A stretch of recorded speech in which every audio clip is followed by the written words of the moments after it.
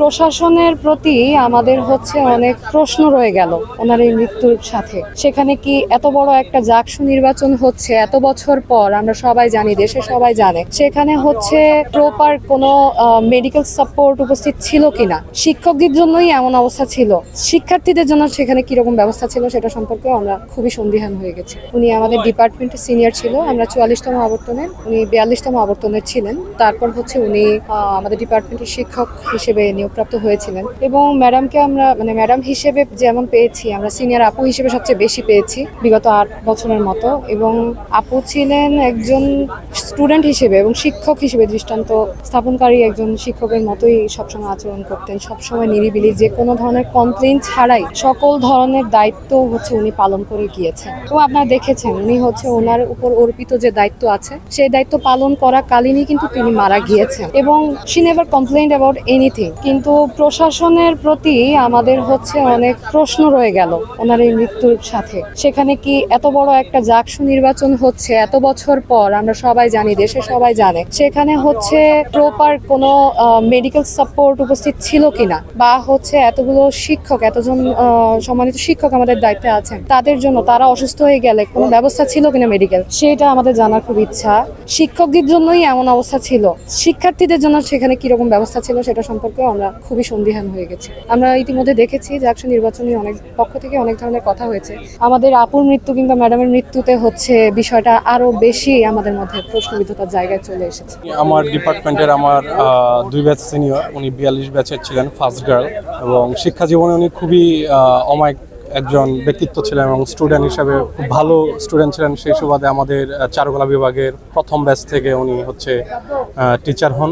ওনার ব্যবহার এবং ওনার আচরণ খুবই অমায়িক প্রকৃতির লোক এবং উনি কর্মনিষ্ঠা ছিলেন। দ্যাটস ওয়াই আমাদের ডিপার্টমেন্টের মাস্টার্স পরীক্ষা চলে, উনি মাস্টার্স পরীক্ষার একজন পরীক্ষার নিয়ন্ত্রণে ছিলেন এবং পাশাপাশি জাকসুর আজকে উনি সকালে ভোট গণনার জন্য আসছেন এবং ওনার এই মৃত্যুটা আমরা আসলে স্বাভাবিকভাবে মেনে নিতে পারছি না, কারণ এইভাবে চলে যাবে আসলে আমরা কেউ কল্পনা করিনি।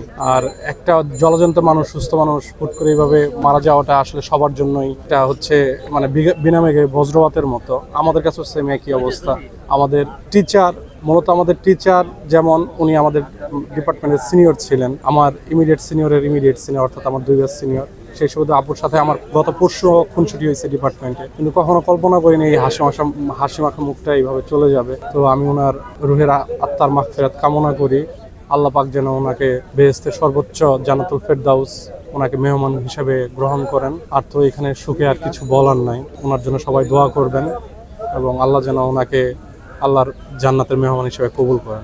আমরা যেটা ভাবছি সেটা হলো আমাদের যে কলিগ মারা গেল তার শেষ যাত্রাটা আমরা সম্মিলিতভাবে সবাই দিতে চাই। তারপর আমরা ফুল সার্চ করব, শিক্ষক কমিউনিটি ভাববে যে এর জন্য কি করা উচিত ছিল, কারা দায়ী এবং আগামীতে কি হওয়া উচিত। ছাত্ররাও ভাববে যে তাদের এই শিক্ষাঙ্গনে শিক্ষার্থীরা কিভাবে নিরাপদ থাকতে হবে, কারণ আমি সেফটি মেজার না করে কোনো একটি কাজ করতে পারি না। সেরকম একটা জায়গা থেকে আসলে ও শিক্ষার্থী ছিল চারুকলার, খুবই মেধাবী, স্বল্পভাষী এবং দায়িত্বপরায়ণ। সেই জায়গা থেকেই সে কিন্তু একমাত্র শিক্ষার্থী থেকে শিক্ষক হয়েছে। শিক্ষক কমিউনিটিতে তার প্রশংসা আছে। হল প্রশাসনে সে কাজ করেছে দায়িত্বশীলতার জায়গায়। সর্বশেষ তার মৃত্যুর আগ পর্যন্ত সে দায়িত্বের কারণেই এরকম একটা স্ট্রেসফুল কাজে ছিল। অতএব তার গুণের কথা আমরা যদি এক কথায় বলতে পারি, সে একজন প্রতিভাবান শিক্ষক ছিল। জাতি এবং বিভাগ উভয় ক্ষেত্রেই একজন প্রতিভাবান শিক্ষকের আসলে বিয়োগ ঘটলো এবং তারা হারালো। এতে অপূরণীয় ক্ষতি হবে বলেই আমার বিশ্বাস। এই ক্ষতি হয়তো চারুকলা বিভাগ একসময় পুষিয়ে নিবে, কিন্তু আমাদের মনে থাকবে যে অপরিণামদর্শী একটি ম্যানেজমেন্টের কারণে এরকম একটা ঘটনা প্রবাহ ঘটে গেছে।